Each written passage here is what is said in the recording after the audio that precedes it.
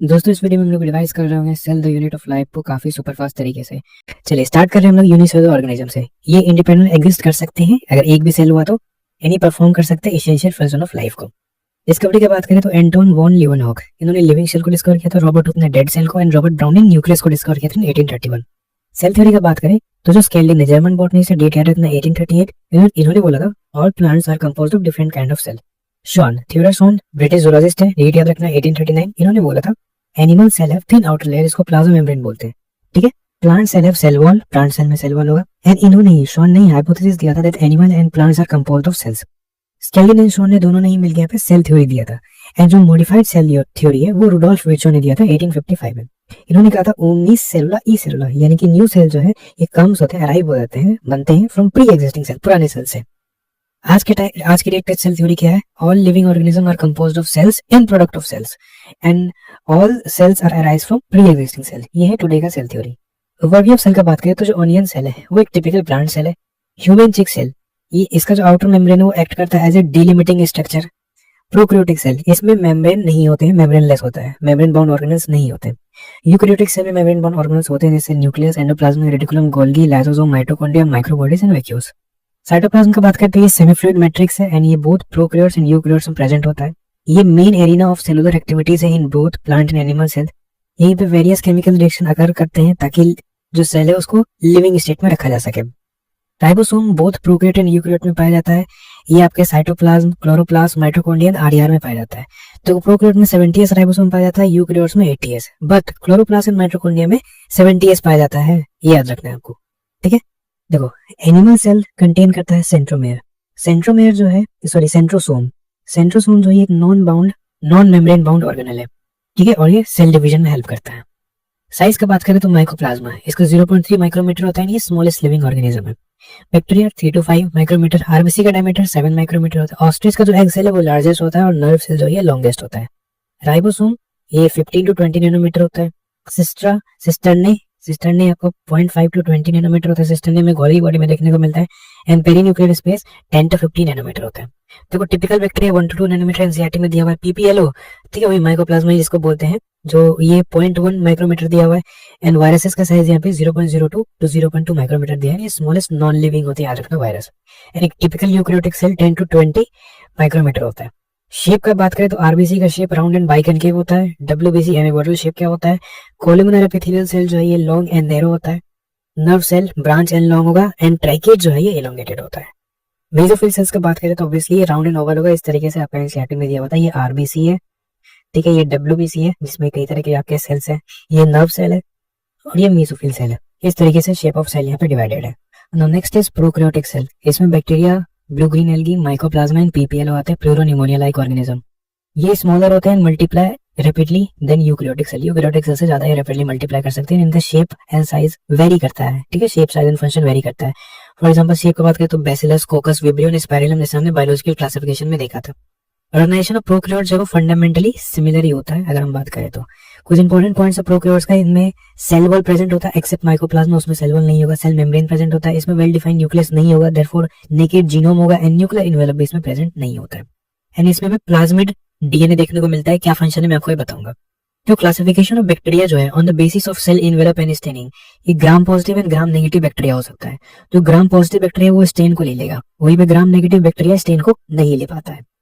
ये इस तरीके का टिपिकल प्रोकैरियोटिक सेल है जिसमें ये है जीनोमिक डीएनए बड़ा वाला, इसको न्यूक्लियोइड भी कहते हैं। ये naked, circular and single chromosome से बनता है। ये है मीजोसोम। मीजोसोम काफी इंपॉर्टेंट ऑर्गेनल है इन प्रोकैरियोटिक सेल, इसका फंक्शन हम लोग आगे देखेंगे। ये राइबोसोम से एंड साइटोप्लाज्म, ठीक है। राइबोसोम जो है वो प्रोकैरियोट्स में 70s का होता है। Inclusion body is a unique feature of prokaryotes. ये जो बड़ा स्ट्रक्चर आप देख रहे हो that is flagella. Flagella 3 parts में डिवाइडेड है, filament, hooks and basal body.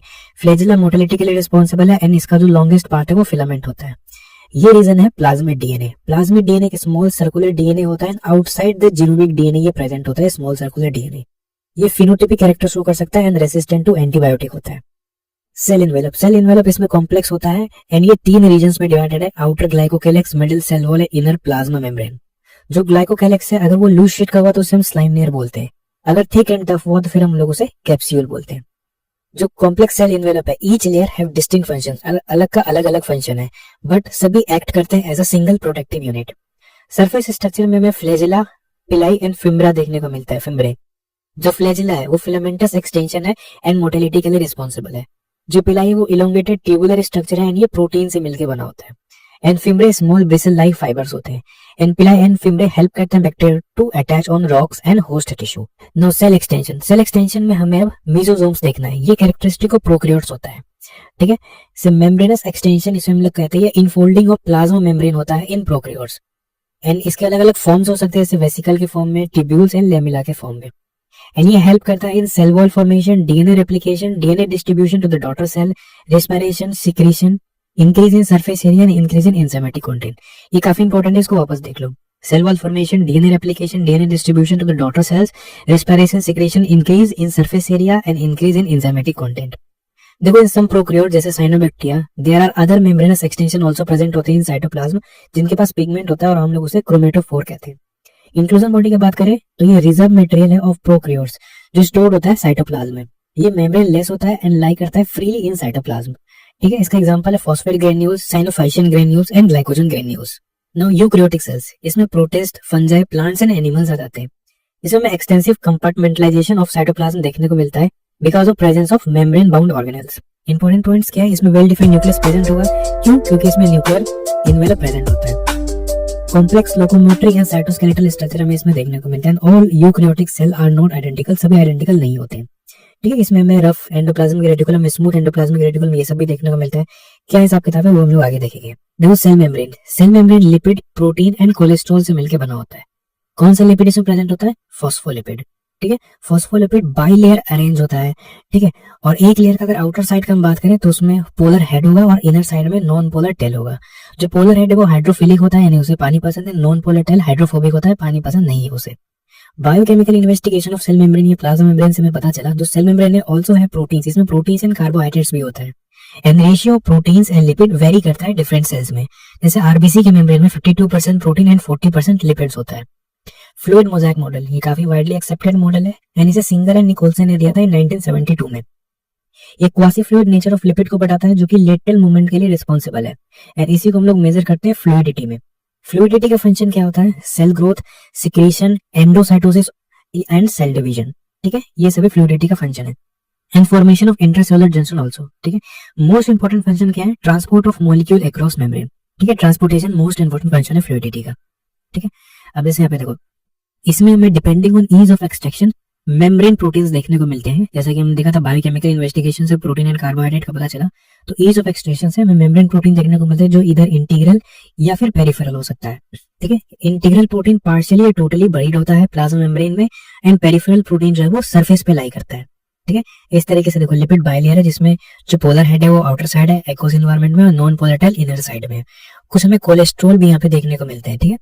And ये पेरिफेरल प्रोटीन हो गया जो सरफेस पे लाई करेगा, यानी इंटीग्रल प्रोटीन है जो इधर पार्शियली और टोटली बरीड होगा। और कुछ शुगर्स भी हमें यहाँ देखने को मिलते हैं, ठीक है, प्रोटीन्स में। तो नेमिंग आपको लेबलिंग अच्छे से देख लेना है। तो प्लाज्मा मेम्ब्रेन जो है वो सेलेक्टिवली परमेबल होता है एज वी नो। तो इसमें पैसिव ट्रांसपोर्ट, ठीक है, पैसिव ट्रांसपोर्ट भी कर सकता है, ऑस्मोसिस डिफ्यूजन भी कर सकते हैं, एक्टिव ट्रांसपोर्ट भी कर सकते हैं। सो पैसिव ट्रांसपोर्ट में किसी भी प्रकार की एनर्जी की रिक्वायरमेंट नहीं होती है।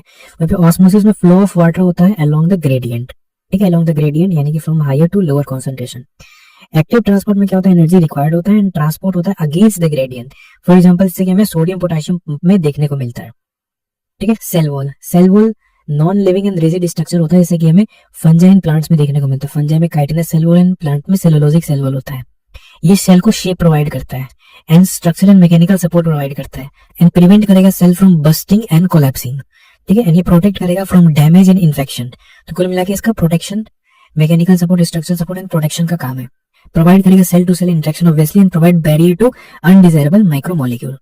एल्गी में बात करें तो इसका जो सेल वॉल है वो cellulose, galactans, mannans and COCA3 से मिलकर बना होता है। वहीं पे प्लांट्स में cellulose, hemicellulose, pectins and protein से मिलकर बना होता है। वहीं पे फंजाई में काइटिन एंड पॉलीसेकेराइड से बना होता है। ये काफी इंपॉर्टेंट पॉइंट है, इसको अच्छे तरीके से याद कर लेना है। तो प्लांट सेल और एनिमल सेल बेसिक डिफरेंस देखें तो प्लांट सेल में सेल वॉल होता है, एनिमल में नहीं होता है।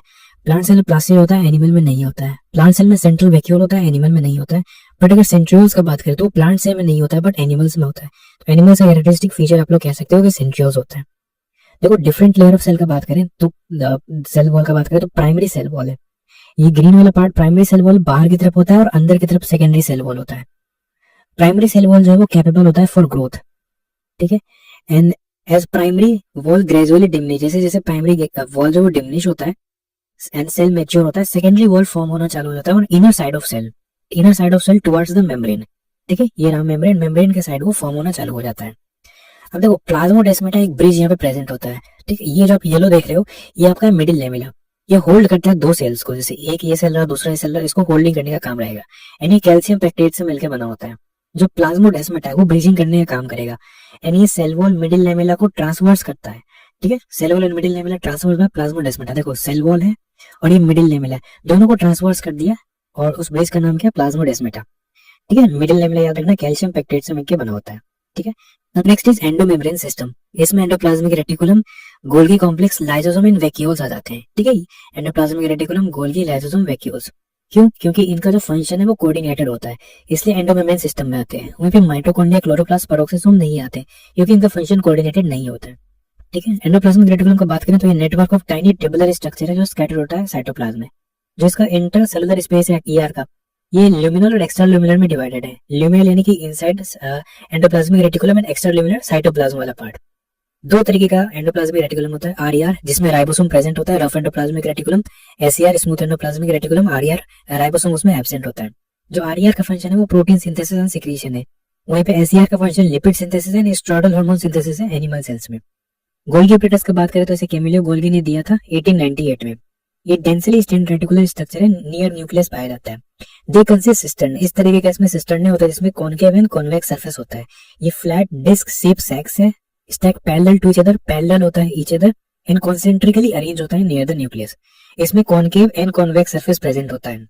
जो कॉनकेव सरफेस है उसको हम लोग कॉनकेव सरफेस है उसको हम लोग ट्रांस या मैच्योरिंग बोलते हैं, ठीक है। ट्रांस सरफेस या फिर मैच्योरिंग, एंड कॉन्वेक्स जो है उसे हम लोग सिस या फॉर्मिंग फेस बोलते हैं, ठीक है। कॉनकेव को मैच्योरिंग फेस या ट्रांस एंड कॉन्वेक्स को फॉर्मिंग फेस या सिस। जो यहाँ पे मटेरियल है वो कॉन्वेक्स यानी कि सिस से, फॉर्मिंग से ट्रांस की तरफ जा रहा होता है, मैच्योरिंग की तरफ, ठीक है। तो देखो Golgi remain close association with endoplasmic reticulum. Endoplasmic reticulum से गोल्गी बॉडी जो वो क्लोज एसोसिएशन करता है, क्योंकि यहाँ पे जो पैकेजिंग मटेरियल है फ्रॉम एंडोप्लाज्मिक रेटिकुलम वो fused, packaging material from endoplasmic reticulum fused with the cis face, ठीक है। वहाँ पे जो fuse with cis face of Golgi body and move toward the maturing face, वहाँ पे पैकेजिंग मटेरियल सिस phase से यहाँ पे फ्यूज होगा और फिर मैच्योरिंग फेज की तरफ वहाँ पे जा रहा होगा। गोल्गी बॉडी का जो फंक्शन है वो पैकेजिंग, मॉडिफिकेशन एंड ट्रांसपोर्ट है, PMT, and glycoprotein and glycolipid का फॉर्मेशन भी है, एंड लाइसोसोम का भी फॉर्मेशन जो है गोल्गी बॉडी कराता है। ये काफी तीनों इंपॉर्टेंट पॉइंट्स को याद रखना, glycoprotein, glycolipid formation, recent date का पीवाईक्यू भी है, ठीक है। ये देखो ये जो रीजन यहाँ पे आरईआर है, रफ एंडोप्लाज्मिक रेटिकुलम जिसमें राइबोसोम एम्बेडेड है, स्मूथ एंडोप्लाज्मिक रेटिकुलम में राइबोसोम नहीं होता है, ठीक है। ये वेसिकल से गोल्गी एपरेटस इस तरीके से पैरेलली सिस्टर्न है, एंड यहीं पे गोल्गी एपरेटस का काम ही होता है लाइसोसोम का फॉर्मेशन करना। लाइसोसोम ये form by packaging of Golgi body, इससे फॉर्म होता है। Rich in almost all type of hydrolytic enzyme, इसमें काफी सारे हाइड्रोलिटिक एंजाइम्स भी होते हैं, एंड ये जो एंजाइम्स है वो एसिडिक पीएच के अंदर एक्टिव होते हैं 4 to 5। हाइड्रोलिटिक एंजाइम इसमें लाइपेज हो सकता है जो कि लिपिड ब्रेक करेगा, प्रोटीएज प्रोटीन ब्रेक डाउन करेगा, कार्बोहाइड्रेट कार्बोहाइड्रेट का ब्रेक डाउन करेगा, न्यूक्लियस न्यूक्लिक एसिड का ब्रेक डाउन करेगा, ठीक है। हम लोग लाइसोसोम को सुसाइडल बैग भी बोलते हैं। जो वैक्यूल्स है ये एक मेम्ब्रेन बाउंड होता है एंड ये साइटोप्लाज्म में फाउंड होता है। कई तरीके के वैक्यूल्स होते हैं, sap vacuole, contractile vacuole, food vacuole and gas vacuole. जो सेप वैक्यूल है वो प्लांट से पाया जाता है एंड ये कंटेन करता है water, SAP and excretory product. ये ऑक्यूपाई कर सकते हैं 90% ऑफ वॉल्यूम को। इसके पास टोनोप्लास्ट होता है जो कि एक सिंगल मेम्ब्रेन स्ट्रक्चर है, एंड ये एक्टिव ट्रांसपोर्ट में हेल्प करेगा, दैट मींस फैसिलिटेट करेगा transport against the concentration gradient. यहाँ पे देखो साइटोप्लाज्म है, इसका लोअर कंसंट्रेशन होता है, एंड वैक्यूल्स इसका हायर कंसंट्रेशन होता है। स्टिल साइटोप्लाज्म से वो वैक्यूल में ट्रांसफर करेगा यही, ठीक है, सैप एक्सक्रीटरी प्रोडक्ट्स ये, ठीक है। साइटोप्लाज्म से वो वैक्यूल्स में ट्रांसफर करेगा कौन, tonoplast membrane from lower concentration to higher, that's why ये एक्टिव ट्रांसपोर्ट यहाँ पे शो करता है। कॉन्ट्रैक्टाइल वैक्यूल अमीबा में होता है एंड ये ऑस्मो रेगुलेशन एंड एक्सक्रीशन में हेल्प करता है। फूड वैक्यूल प्रोटिस्ट में देखने को मिलता है, ये इनगल्फिंग ऑफ फूड पार्टिकल में हेल्प करता है। जो गैस वैक्यूल है वो बैक्टीरिया में होता है एंड ये कौन कौन से बैक्टीरिया से, blue green bacteria, purple bacteria and green photosynthetic bacteria में गैस वैक्यूल प्रेजेंट देखने को मिलता है।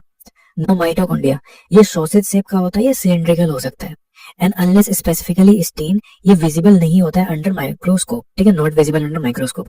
कौन सा स्टेन हम लोग इसके लिए यूज करते हैं, जोनस ग्रीन स्टेन, ठीक है। एंड नंबर ऑफ माइटोकॉन्ड्रिया जो है वो पर सेल डिपेंड होगा on physiological activity of cell.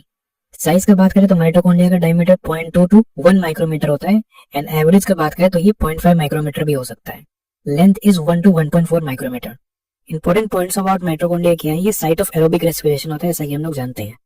इन्हें प्रोड्यूस करेगा cellular energy by forming the ATP which is adenosine triphosphate.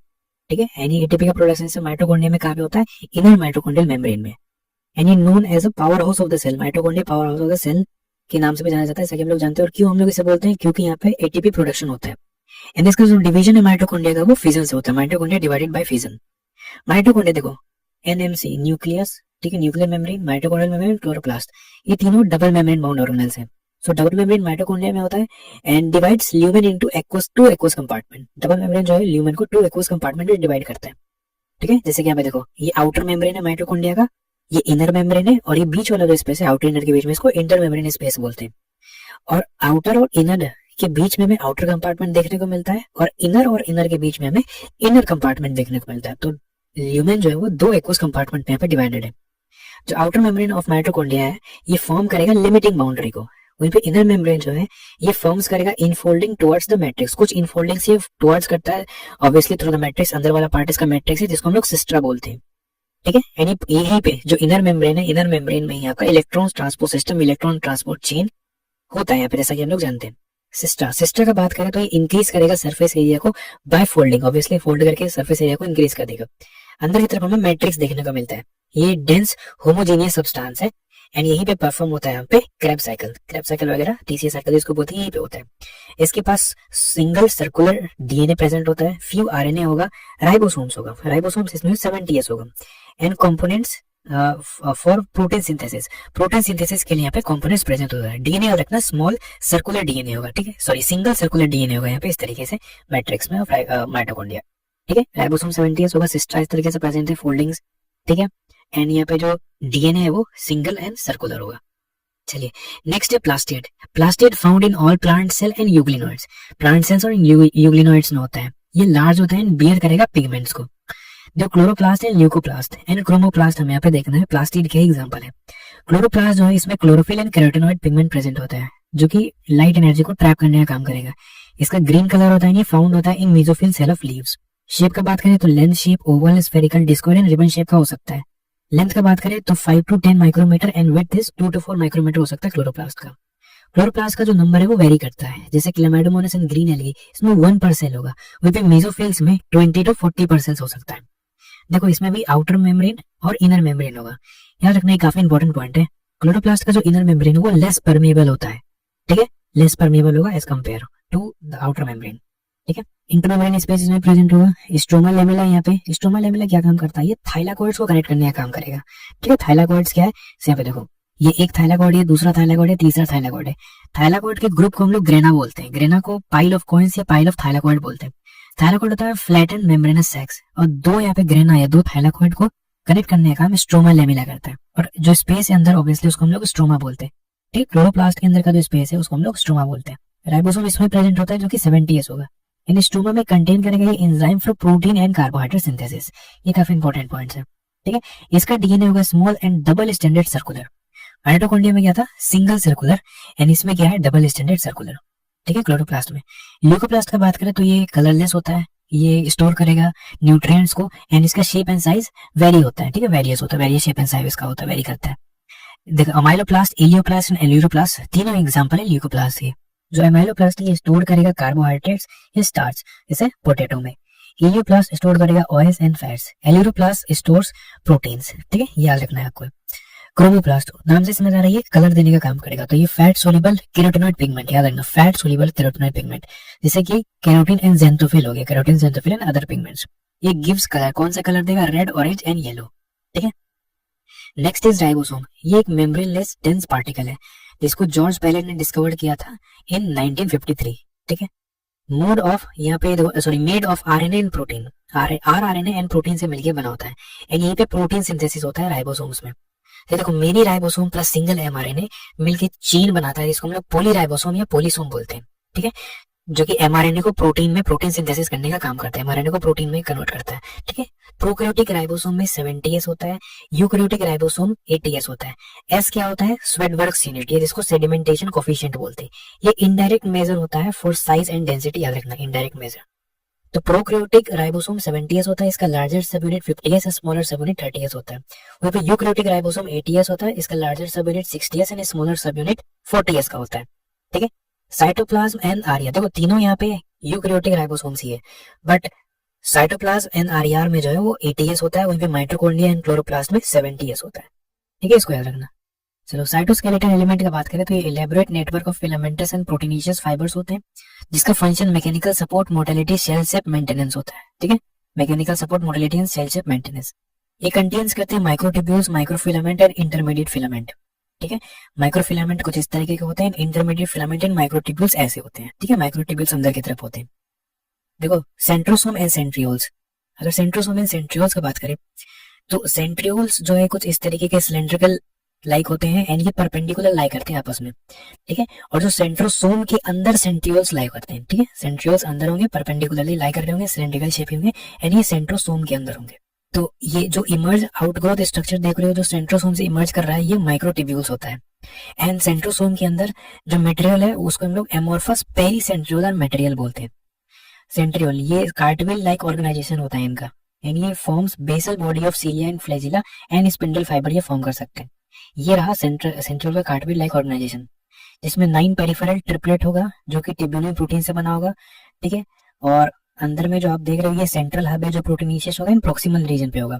And central hub and 9 peripheral triplets को कनेक्ट करने का काम रेडियल स्पोक करेगा जो कि अगेन प्रोटीनेशियस होगा। और जो ट्रिपलेट्स है, पेरिफेरल ट्रिपलेट्स को आपस में कनेक्ट करने का काम एसी लिंकर्स करेंगे। ठीक है, नाउ सीलिया एंड फ्लैजिला, ये हेयर लाइक आउटग्रोथ होते हैं। सीलिया स्मॉल होता है, फ्लैजिला लॉन्ग होता है। सीलिया वर्क लाइक और एंड फ्लैजिला मूवमेंट करेगा सेल्स ओनली। ठीक है, वहीं पे सीलिया जो है मूवमेंट्स करवाएगा सेल्स या फिर सराउंडिंग फ्लूइड्स का। फ्लैजिला का बात करें तो prokaryotic flagella are structurally different from eukaryotic flagella. ठीक है, prokaryotic flagella and eukaryotic flagella structurally different होते हैं। देखो core of cilia and flagella को हम लोग एक्सोनियम बोलते हैं। ठीक है, इसका 9+2 अरेंजमेंट हमें देखने को मिलता है। क्या है अभी हम लोग देखेंगे। देखो both emerge from centriole like structure known as basal body. Cilia and flagella जो है सेंट्रियोल लाइक स्ट्रक्चर इसको बेसल बॉडी उससे इमर्ज कर रहा होता है। देखो अरेंजमेंट एक्सोनियम का 9+2 होता है, वहीं पे बेसल बॉडी एंड सेंट्रियोल का 9+0 होता है। ये वाला जैसे इस तरीके के यहाँ पे हमने देखा था सेंट्रियोल में। यहाँ पे देखो एक्सोनियम का 9+2 अरेंजमेंट कैसे है।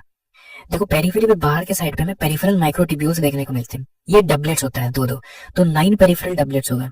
एंड अंदर के साइड में हमें सिंगलेट सेंट्रल माइक्रोट्यूब्यूल देखने को मिलेंगे। ठीक है, 2 सेंट्रल सिंगलेट प्रेजेंट होता है। ठीक है, अब देखो peripheral microtubule and central microtubule को आपस में कनेक्ट करने का काम रेडियल स्पोक करता है। ठीक है, एंड पेरिफेरल माइक्रोट्यूब्यूल को आपस में कनेक्ट करने का काम इंटर डबलेट ब्रिज करता है। ठीक है, इंटर डबलेट ब्रिज।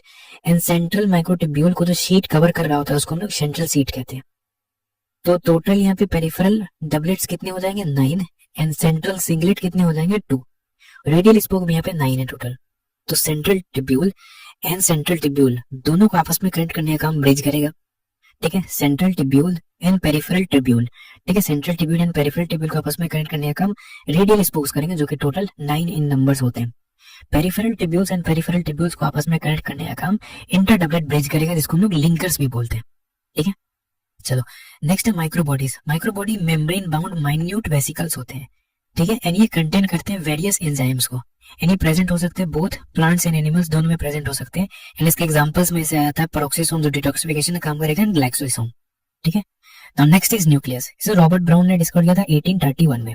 ठीक है, फ्लेमिंग ने क्या किया था कि इन्होंने स्टेन किया था nucleus with basic dye and इन्होंने इसको नाम दिया था क्रोमेटिन। इंटरफेस न्यूक्लियस जो है व्हेन न्यूक्लियस नॉट डिवाइडिंग तब वो इंटरफेस न्यूक्लियस होता है। एंड यहाँ पे highly extended elaborate loose and indistinct network of nuclear protein fibres होते हैं, इसको हम लोग क्रोमेटिन बोलते हैं। ठीक है, क्रोमेटिन हमें इंटरफेस न्यूक्लियस में देखने को मिलता है। And generally there is 1 nucleus per cell but variation हमें देखने को मिल सकता है। एंड न्यूक्लियस एब्सेंट होता है आरबीसी एंड सीव ट्यूब में। ये बहुत इंपॉर्टेंट पॉइंट है, nucleus absent in RBC and sieve tube. Diagram का बात करें तो देखो बाहर वाला जो है ये आउटर मेम्ब्रेन ऑफ न्यूक्लियस है। ऑब्वियसली न्यूक्लियस में डबल मेम्ब्रेन है, बाहर वाला आउटर मेम्ब्रेन है, अंदर वाला इनर मेम्ब्रेन है।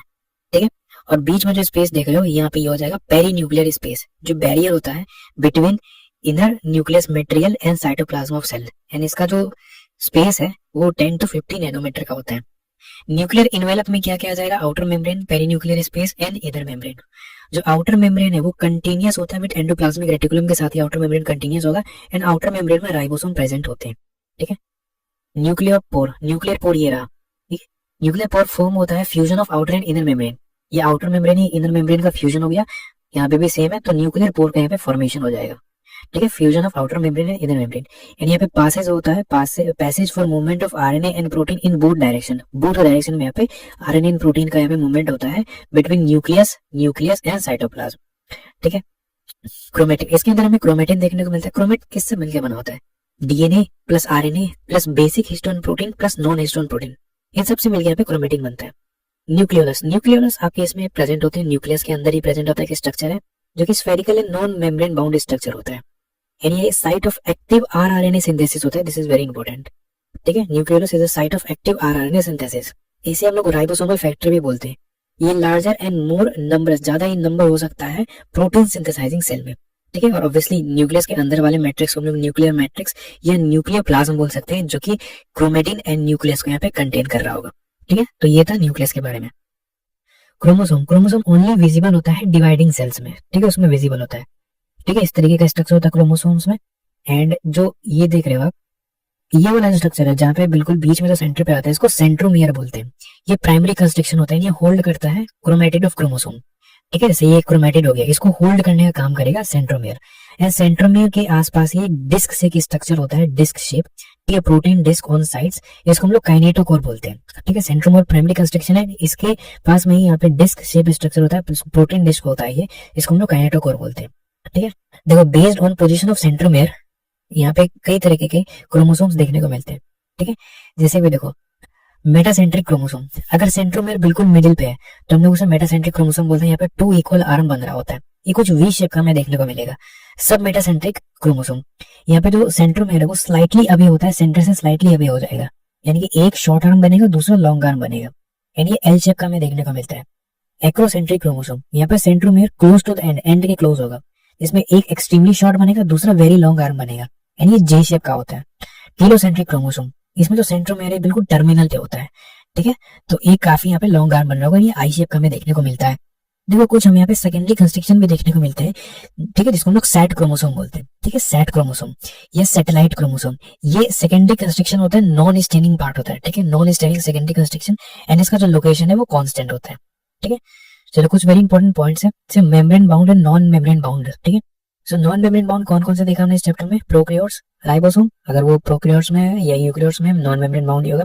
Nucleolus, centrosome and inclusion body, ये सभी नॉन मेम्ब्रेन बाउंड है। वो भी मेम्ब्रेन बाउंड क्या है? यूकैरियोट्स एंडोमेम्ब्रेन सिस्टम में जितने भी थे, endoplasmic reticulum, Golgi apparatus, lysosome, vacuoles, microbodies, mitochondria, chloroplast and nucleus. जो एनएमसी है वो डबल मेम्ब्रेन बाउंड है। ठीक है, डबल मेम्ब्रेन होता है इसमें। ठीक है, आउटर मेम्ब्रेन, इनर मेम्ब्रेन। तो माइटोकॉन्ड्रिया, ठीक है, और क्या न्यूक्लियस। ठीक है, माइटोकॉन्ड्रिया, न्यूक्लियस एंड क्लोरोप्लास्ट। ठीक है, एन से न्यूक्लियस, एम से माइटोकॉन्ड्रिया, सी से क्लोरोप्लास्ट। तो एनएमसी जो है वो डबल मेम्ब्रेन बाउंड होगा, और जितने बचे हैं वो सिंगल मेम्ब्रेन है। देखो माइक्रोस्कोपिक एंड इलेक्ट्रॉन माइक्रोस्कोपिक, तो माइक्रोस्कोपिक जैसे क्लोरोप्लास्ट, प्लास्टिड ये हो गया। माइटोकॉन्ड्रिया ये विजिबल होता है आफ्टर स्टेन, ये माइक्रोस्कोपिक ऑर्गेनिज्म है। वहीं पे इलेक्ट्रॉन माइक्रोस्कोपिक जैसे राइबोसोम, साइटोस्केलेटन, न्यूक्लियर इनवेलप जैसे outer, inner membrane and perinuclear space, ये सभी इलेक्ट्रॉन माइक्रोस्कोप से देखने को मिलते हैं। Cilia and flagella cell membrane, देखो सेल मेम्ब्रेन का क्या है, इसका जो डिटेल स्ट्रक्चर है वो हमें स्टडीड किया गया आफ्टर इलेक्ट्रॉन माइक्रोस्कोप डिस्कवरी इन 1950। ठीक है, एंडोप्लाज्मिक रेटिकुलम एंड न्यूक्लियोसोम, ठीक है, इसको बीड्स ऑन स्ट्रिंग बोलते हैं। ठीक है, तो ये सभी इलेक्ट्रॉन माइक्रोस्कोपिक है। तो ये था इस चैप्टर में।